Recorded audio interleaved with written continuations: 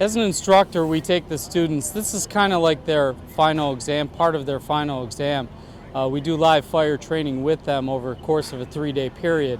And as an instructor, you're with the students going over everything you've already practiced in the Fire Academy, all of the standards that have been followed, they've been checked off, and they're ready to do it under live fire conditions. So we go with the students, we'll take them through, they do an orientation of the building, then we take them through and do live fire evolutions with them.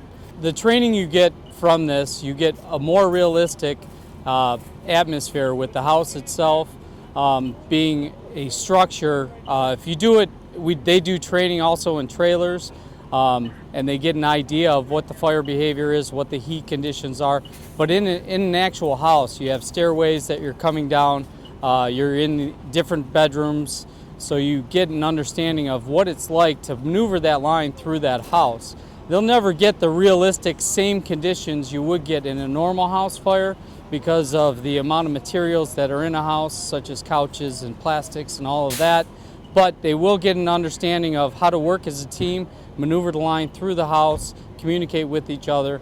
They achieve that through this live fire training. We do reinforcement to the house itself. We remove everything out of the house, we remove all the carpeting, but then we'll reinforce certain areas that we have designated as the burn rooms. We will reinforce those with Durarock and make sure that those stay intact the entire time we're doing the burning of evolutions. It definitely is real fire.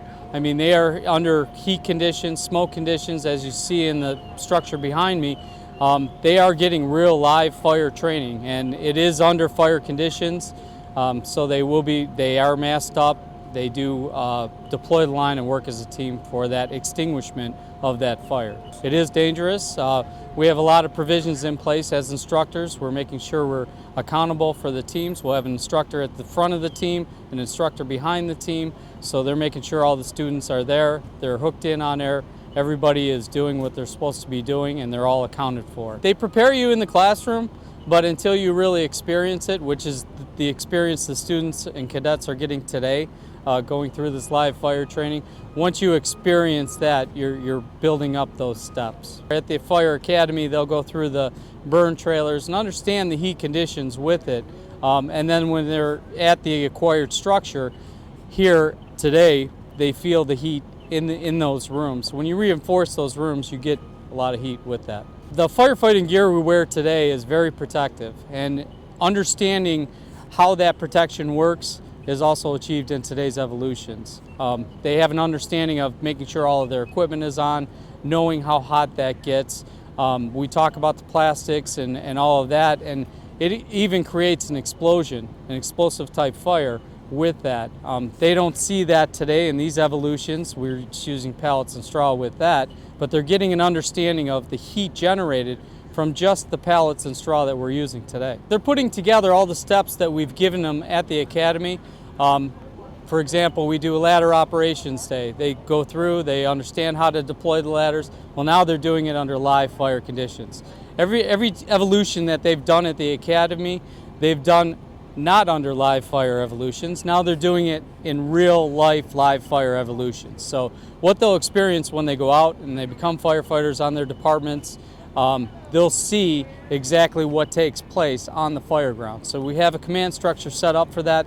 They have different evolutions that they're doing with that, whether it's ventilation, deploying a ladder, fire attack, overhaul.